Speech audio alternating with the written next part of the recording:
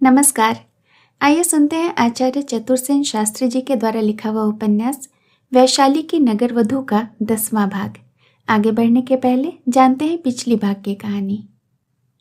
इस भाग में देवी अम्बपाली और कौशाम्बीपति महाराज उदयन का महामिलन होता है। अम्बपाली अपनी वाटिका में बैठी होती है, तभी आकाश मार्ग से उदयन अम्बपाली के प्रासाद में आ जाते हैं।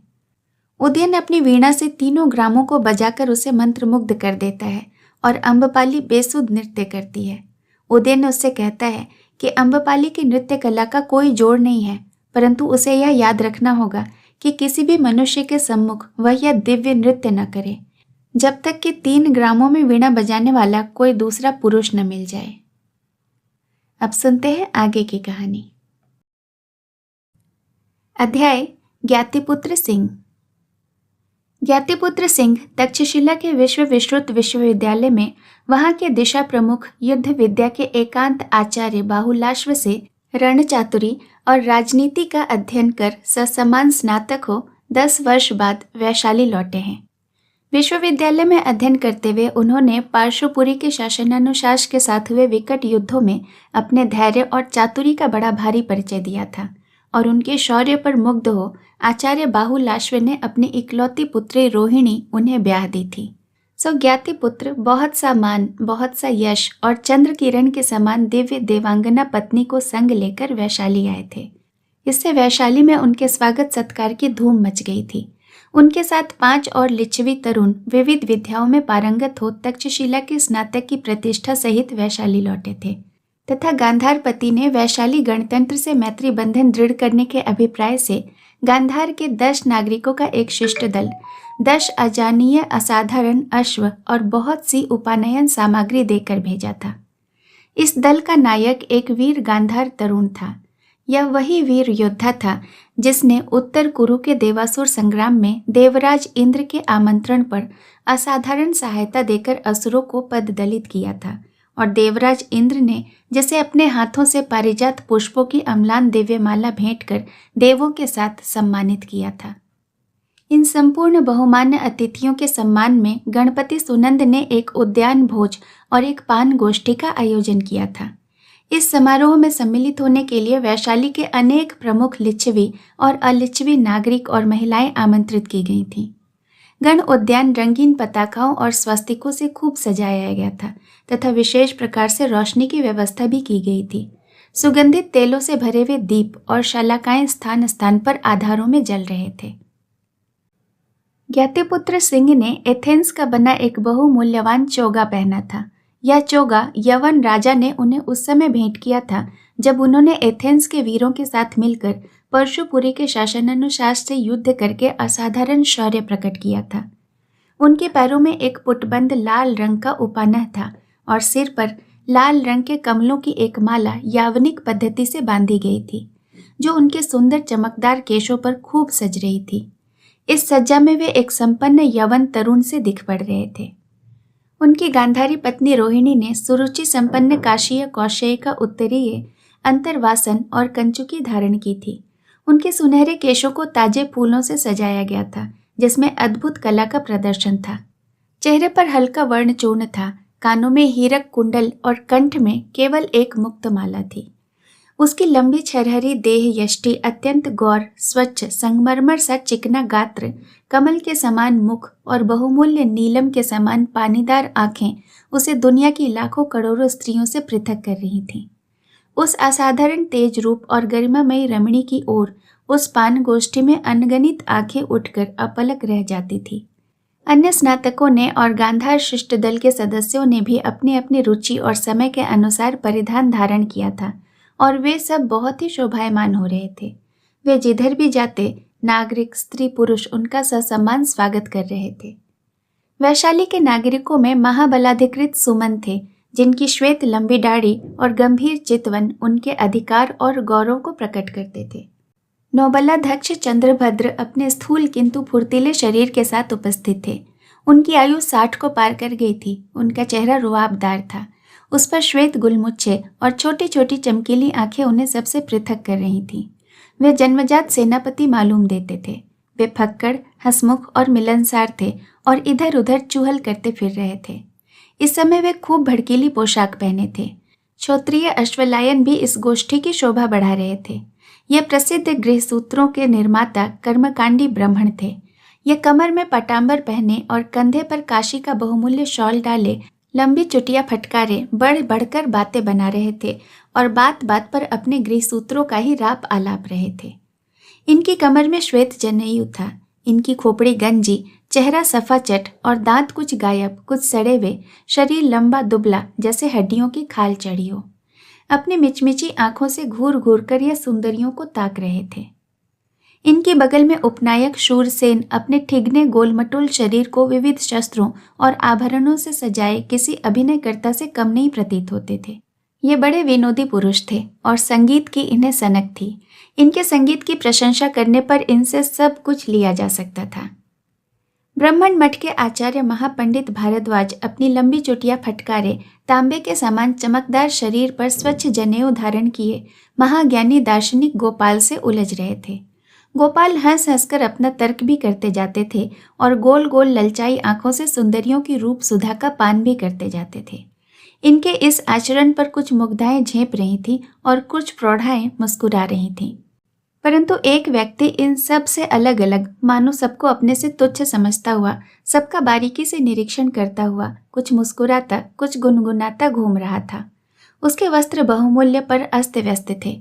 उसकी आयु का कुछ पता नहीं लगता था कि कितनी है। शरीर ऐसा सुगठित दिख रहा था कि कदाचित वह एक मजबूत सांड को भी गिरा दे। कुछ लोग उससे बात किया चाहते थे, पर वह किसी को मुंह नहीं लगाता था। लोग उसकी ओर संकेत करके बहुत भांति की बातें करते थे। कुछ चमत्कृत नेत्रों से और कुछ संदिग्ध भाव से उसकी ओर ताक रहे थे। वास्तव में यह वैशाली का प्रसिद्ध कीमियागार वैज्ञानिक सिद्ध गौड़पाद था, जिसकी बाबत प्रसिद्ध था कि उसके पास पारसमणि है और वह पर्वत को भी स्वर्ण कर सकता है तथा उसकी आयु सैकड़ों वर्ष की है। तरुण मंडल में युवराज स्वर्णसेन, उनके मित्र संधि विग्रहक जयराज और अट्टवी रक्षक राज स्वर्णसेन, उनके मित्र संधि विग्रहक जयराज और अट्टवी रक्षक महायुद्धवीर युवक सूर्यमल्ल का एक गुट था, जो हंस हंसकर तरुणी जनों की व्याख्या, खासकर रोहिणी की रूप ज्योति की अम्बपाली से तुलना करने में व्यस्त था। नगरपाल सौभद्र और उसके उपनायक अजित, ये दो तरुण खुसफुस कुछ अलग बातें कर रहे थे। महिलाओं में उल्का चेल के शौल्की की पत्नी रंभा सबका ध्यान अपनी ओर आकर्षित कर रही थी। वह वसंत के दोपहर की भांति खिली हुई सुंदरी थी। उसके हास्य भरे होठ, कटाक्ष भरे नेत्र और मद भरी चाल मन को मोहे बिना छोड़ती न थी। वह बड़ी मुंहफट, हाजिर जवाब और चपला थी। एक प्रकार से जितनी लिच्छवी तरुणियां वहां उपस्थित थी, वह उन सब की नेत्री होकर गांधारी बहू रोहिणी को घेरे बैठी थी। उसके कारण क्षण क्षण में तरुणी मंडली में एक हंसी का ठहाका उठता था और गोष्ठी के लोग उधर देखने को विवश हो जाते थे। इसमें संदेह नहीं कि रोहिणी एक दिव्यांगना थी और रूप छटा उसकी अद्वितीय थी, परंतु एक असाधारण बाला भी यहाँ इस तरुणी मंडली में थी, जो लाजनवाई चुपचाप बैठी थी और कभी कभी सिर्फ मुस्कुरा देती थी। उसकी लुनाई रोहिणी से बिल्कुल भिन्न थी। उसकी आंखें गहरी काली और ऐसी कटीली थी कि उसके सामने आकर बिना घायल हुए बचने का कोई उपाय ही नहीं था। उसके केश अत्यंत घने, काले और खूब चमकीले थे। गात्र का रंग नवीन केले के पत्ते के समान और चेहरा ताजे सेब के समान रंगीन था। उसका उत्सुक यौवन, कोकिल कंठ, मस्तानी चाल, ये सब ऐसे थे जिसकी उपमा नहीं थी। पर इन सब से अपूर्व सुषमा की खान उसकी व्रीड़ा थी। वह ओस से भरे हुए एक बड़े ताजे गुलाब के फूल की भांति थी, जो अपने ही भार से नीचे झुक गया हो। इस भुवन मोहिनी कुमारी बाला का नाम मधु था और यह महाबलाधिकृत सुमन की इकलौती पुत्री थी। इतने ससामान्य अतिथिगण उद्यान में आ चुके थे और एक प्रहर रात भी जा चुकी थी। भोज का लगभग समय हो गया था, परंतु एक असाधारण अतिथि नहीं आया था जिसकी प्रतीक्षा छोटे बड़े सभी को थी। वह थी देवी अम्बपाली। लोग कह रहे थे आज यहाँ रूप का त्रिवेणी संगम होगा। सिंह को सम्मुख देखते ही नौबलाधिकृत चंद्रभद्र दोनों हाथ फैलाकर आगे बढ़े। उन्होंने कहा, स्वागत सिंह, वैशाली में तुम्हारा स्वागत है और गांधारी श्रुषा का भी। आज आयुष्मान, तुझे देखकर बहुत पुरानी बात याद आ गई।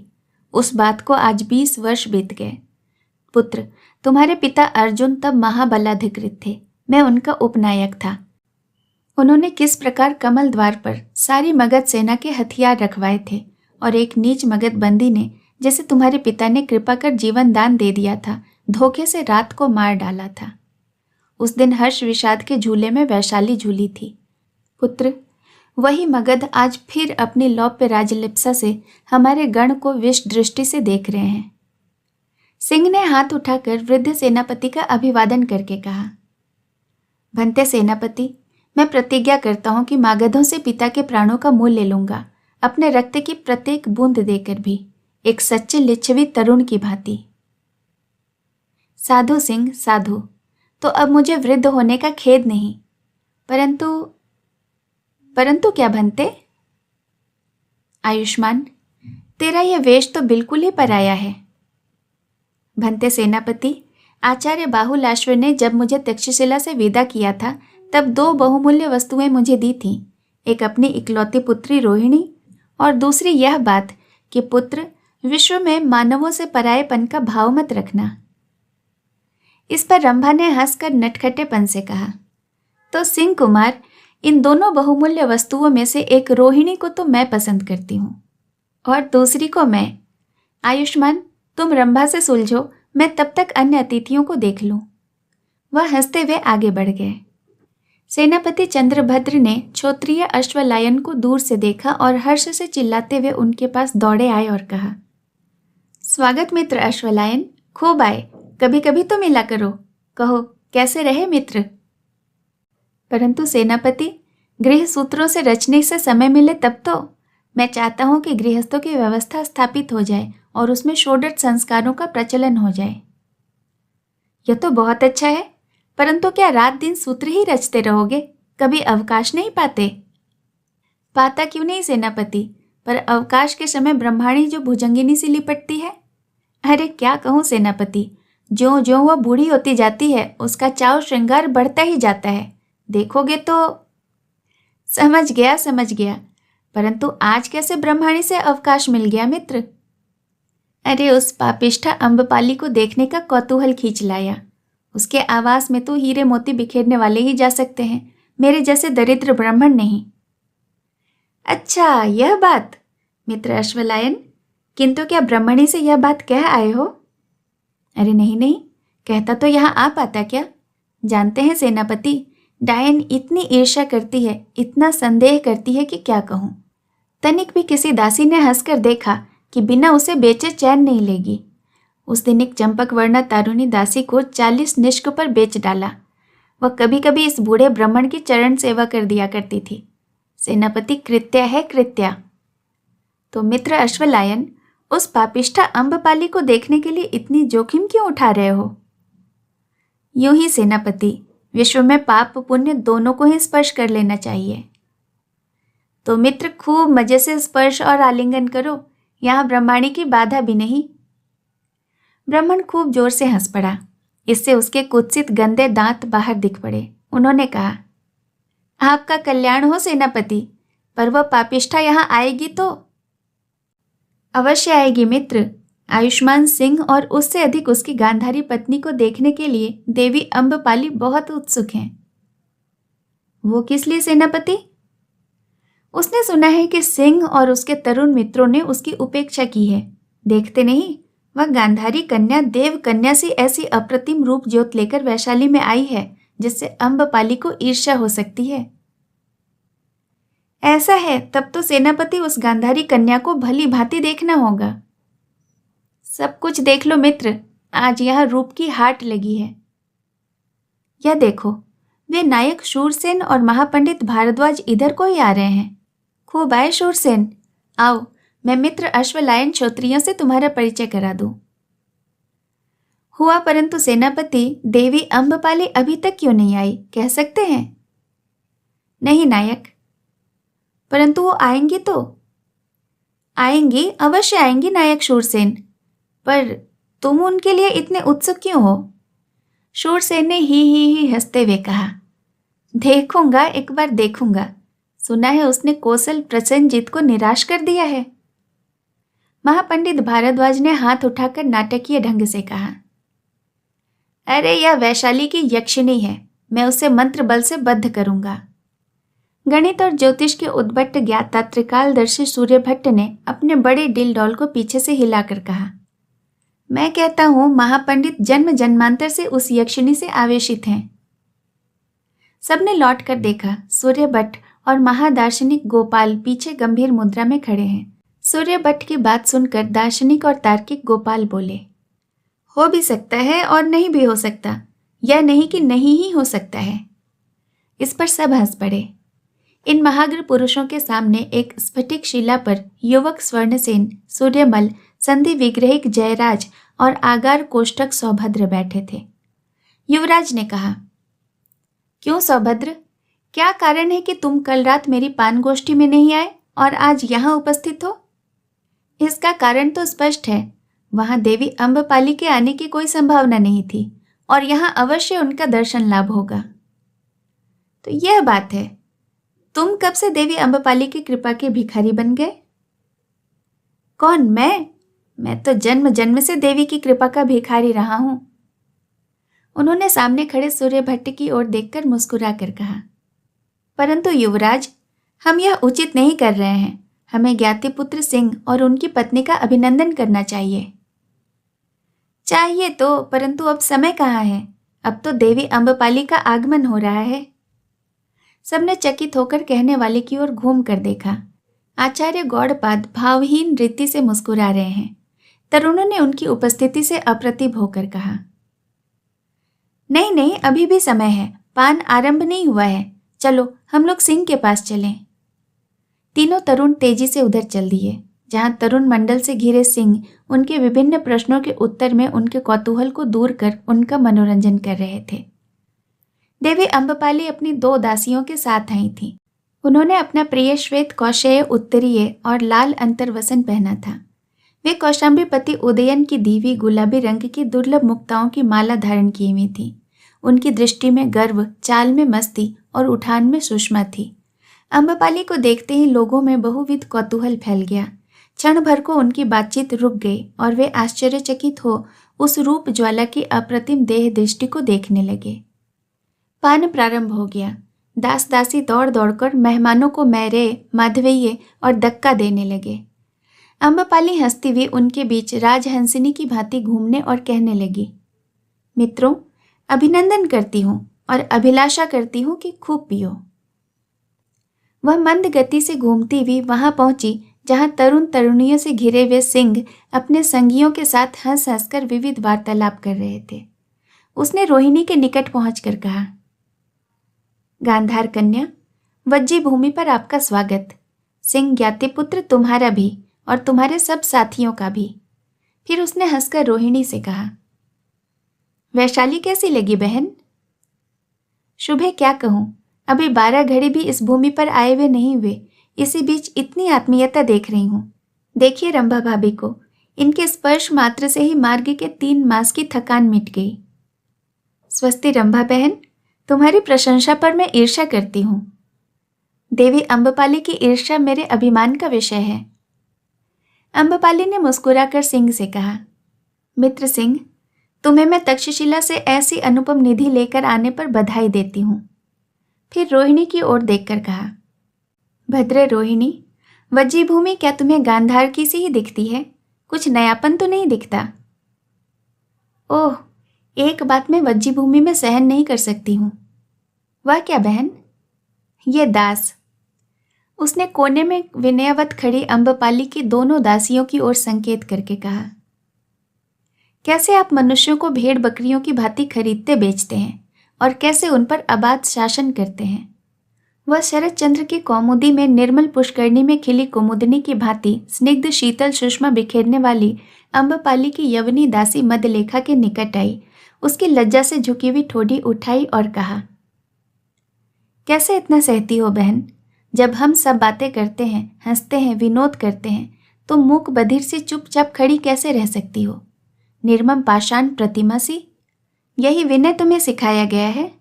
ओह, तुम हमारे हास्य में हंसती नहीं, हमारे विलास से प्रभावित भी नहीं होती। रोहिणी ने आंखों में आंसू भरकर मदलेखा को छाती से लगा लिया। फिर पूछा, तुम्हारा नाम क्या है? हला। मदलेखा ने घुटनों तक धरती में झुककर रोहिणी का अभिवादन किया और कहा, देवी, दासी का नाम मदलेखा है। दासी नहीं, हला। अच्छा देवी अम्बपाली, जब तक हम यहाँ हैं कुछ क्षणों के लिए मदलेखा और उसकी संगिनी को, उसका नाम क्या है? हज्जा चंद्रभागा। सुंदर। मदलेखा और चंद्रभागा को स्वच्छंद इस पान गोष्ठी में भाग लेने और आमोद प्रमोद करने की स्वाधीनता दे दी जाए, जिसमें गंधार कुमारी का प्रसाद हो, अम्बपाली ने हंसते हुए कहा। फिर उसने स्वर्णसेन की ओर हाथ करके कहा, युवराज, क्यों नहीं तुम वज्जी में दासों को अदास कर देते हो? रोहिणी ने कहा, क्या युवराज ऐसे करने की क्षमता रखते हैं? नहीं भद्रे, मुझ में यह क्षमता नहीं है। इन दासों की संख्या अधिक है, फिर वज्जी भूमि में अलच्छवियों के दास ही अधिक हैं। वज्जी में अलच्छवी? हाँ भद्रे, वे लच्छवियों से कुछ ही कम हैं। वे सब कर्मकार ही नहीं, आर्य हैं। उनमें ब्राह्मण हैं, वैश्य हैं। उन्हें वज्जी शासन में अधिकार नहीं है, पर उनमें बहुत से भारी भारी धन कुबेर हैं। उनके पास बहुत धरती है, लाखों करोड़ों का व्यापार है जो देश देशांतरों में फैला हुआ है। उनके ऊपर किसी प्रकार का राजभार नहीं, न ही वे युद्ध करते हैं। वे स्वतंत्र और समृद्ध जीवन जीते हैं। उन्हें नागरिकता के संपूर्ण अधिकार वज्जी भूमि में प्राप्त हैं। उनका बिना दासों के काम नहीं चल सकता। फिर यवन, काम्बोज, कोसल और मगध के राज्यों में बिकने को निरंतर दास वज्जी भूमि में आते रहते हैं। परंतु युवराज, वे कर्मकर जनों से वेतन शुल्क देकर अपना काम करा सकते हैं? असंभव है शुभे। इन अलच्छवियों की गुत्थियां हमारे सामने बहुत टेढ़ी हैं। यह आचार्य अश्वलायन यहाँ विराजमान है, इन्हीं से पूछिए। यह क्षत्रिय ब्राह्मण है, यह अलच्छवियों के मुखिया हैं। आर्य अश्वलायन अपनी मिचमिची आंखों से इन सुंदरियों की रूप सुधा पी रहे थे। अब उन्होंने उनकी कमल जैसी आंखें अपनी ओर उठते हुए देखकर कहा, शांतम पापम, शांतम पापम। भद्रे, दास दास हैं और आर्य आर्य। मैं क्षत्रिय ब्राह्मण हूँ। नित्य षोडशोपचार सहित षटकर्म करता हूँ। षडंग वेदों का ज्ञाता हूँ। दर्शनों पर मैंने व्याख्यान की है और गृह सूत्रों का निर्माण किया है। सो ये अधम कृत दास क्या मेरे समान हो सकते हैं? आर्यों के समान हो सकते हैं? उन्होंने अपने नेत्रों को तनिक और विस्तार से फैलाकर और अपने गंदे गलित दांतों को निपोड़कर मैरे के घड़े में सूरा चषक भरते हुए तरुण काले दास की ओर रोषपूर्ण ढंग से देखा। देवी अम्बपाली खिलखिलाकर हंस पड़ी। उन्होंने अपनी सुंदरी दासी मदलेखा की ओर संकेत करके कहा, और आर्य, उस नवनीत कोमलांगी यवनी के संबंध में क्या राय रखते हैं? आर्य अश्वलायन का रोष तुरंत ठंडा हो गया। उन्होंने नेत्रों में अनुराग और होठों में हास्य भरकर कहा, उसकी बात जुदा है देवी अम्बपाली, पर फिर भी दास दास हैं और आर्य आर्य। किंतु आर्य, यह तो अत्यंत निष्ठुरता है, अन्याय है। कैसे आप यह कर पाते हैं और कैसे वह सहन करते हैं? इस विनय, संस्कृति, शोभा और सौष्ठव की मूर्ति मदलेखा को आहज्य कहकर पुकारने में आपको कष्ट नहीं होता? रोहिणी ने कहा, किंतु भद्रे, हम इन दासों के साथ अत्यंत कृपा करते हैं। फिर वज्जी के नियम भी उनके लिए उदार हैं। वज्जी के दास बाहर नहीं बेचे जाते। किंतु आर्य, समाज में सब मनुष्य समान हैं। नहीं भद्रे, मैं समाज का नियंता हूँ। समाज में सब समान नहीं हो सकते। इसी वज्जी में ये लिच्छवी हैं, जिनके अष्टकुल पृथक पृथक हैं। ये किसी अलिच्छवी माता पिता की संतान को लिच्छवी नहीं मानते। अभिषेक पुष्करणी में वही लिच्छवी स्नान कर पाता है जिनके माता पिता दोनों ही लिच्छवी हों और उसका वर्ण गौर हो। इसके लिए इन लिच्छवियों के नियम बहुत कड़े हैं। फिर हम क्षत्रिय ब्राह्मण हैं, शुद्ध आर्य, गृहपति वैश्य, जो 16 संस्कार करते हैं और 5 महायज्ञ करते हैं। अधगोरे कर्मकर हैं और काले दास भी हैं, जो मगध, चंपा, ताम्रपर्णी से लेकर तुर्क और काकेशय एवं यवन तक से वज्जी भूमि में बिकने आते हैं। भद्रे, इन सब में समानता कैसे हो सकती है? सबकी भाषा भिन्न, रंग भिन्न, संस्कृति भिन्न और रक्त भिन्न है। किंतु आर्य, हमारे गांधार में ऐसा नहीं है। वहाँ सबका एक ही रंग, एक ही भाषा, एक ही रक्त है। वहाँ हमारा संपूर्ण राष्ट्र एक है। ओह, कैसा अच्छा होता आर्य यदि ऐसा यहाँ भी होता। ऐसा हो ही नहीं सकता बहन, अम्बपाली ने हंसकर कहा। अब तुम गांधार के स्वतंत्र वातावरण का स्वप्न सुख भूल जाओ। वज्जी संघ को आत्मसात करो। यहाँ युवराज स्वर्णसेन जैसा लिच्छवी तरुण और आर्य आश्वलायन जैसे क्षत्रिय ब्राह्मण रहते हैं, जिन्हें बड़े बने रहना ही होगा। इन्हें दास चाहिए, दासी चाहिए, भोग चाहिए। किंतु क्या बातों में ही रहेंगे गांधार पुत्री? अब थोड़ा पान करो। हज्जे मदलेखा, गांधारी देवी को मध्य दे। नहीं नहीं सौम्य, तुम यहाँ मेरे निकट आकर बैठो मदलेखा। ऐसा ही हो भद्रे। मदलेखा, गांधारी देवी जैसा कहे वैसा ही कर। युवराज स्वर्णसेन, आपको कुछ आपत्ति तो नहीं? नहीं भद्रे, आपकी उदारता प्रशंसनीय है, परंतु मुझे भय है कि इससे आप उनका कुछ भी भला न कर सकेंगी। कैसे दुख की बात है प्रिय। गांधार से आते हुए मैंने जब प्राची के समृद्ध नगरों में पाण्य वीथियों में पड़े हुए स्वर्ण रत्न और ठसाठस साधन सामग्री देखी तो मुझे बड़ा आह्लाद हुआ। मैं स्वीकार करती हूँ कि हम गांधार गण इतना ठाट बाट नहीं रखते, पर जब दासों, चांडालों और कर्मकरों के टूटे फूटे झोपड़े और उनके घृणास्पद उचित आहार तथा उन पर पशुओं की भांति आर्य नागरिकों का शासन देखा तो मेरा हृदय दुख से भर गया। दासता और दारिद्र्य का यह दायित्व किस पर है प्रिय? गांधारी ने सिंह से कहा। सिंह ने हंसकर पत्नी से कहा, कदाचित उस बूढ़े राजा पर जिसे तुमने कलमाश दंभ में देखा था, जिसके झुर्री भरे मुंह पर अशोभनीय दाढ़ी थी और पिलपिले सिर पर एक भारी मुकुट था जिसमें सेरों, हीरा, सोना और मोती जड़ा हुआ था। उस पर क्यों प्रिय? क्योंकि वह अधिकार को बहुत महत्व देता है। वो अपने राज्य का सबसे धनी, सबसे बड़ा और सबसे स्वच्छंद व्यक्ति है। उसके पास बिना ही कोई काम किए दुनिया भर की दौलत चली आती है। राज्य भर में फैले हुए दास, कर्मकर और प्रजावर्गीय जन उसी की संपत्ति हैं। यह दासों का तो अधिपति है ही, प्रजा के सर्वस्व का भी स्वामी है। वह उनकी युवती पुत्रियों को अपनी विलास कामना के लिए अपने अंतःपुर में जितनी चाहे भर सकता है। उनके तरुण पुत्रों को अपने अकारण युद्धों में मरवा सकता है। वह प्रजा के पसीने की कमाई को बड़े बड़े महल बनवाने और उन्हें भांति भांति के सुख स्वप्नों से भरपूर करने में खर्च कर सकता है। उसकी आज्ञा सर्वोपरि है। छी, लोग यह कैसे सहन करते हैं प्रिय? यह तो अभ्यास की बात है।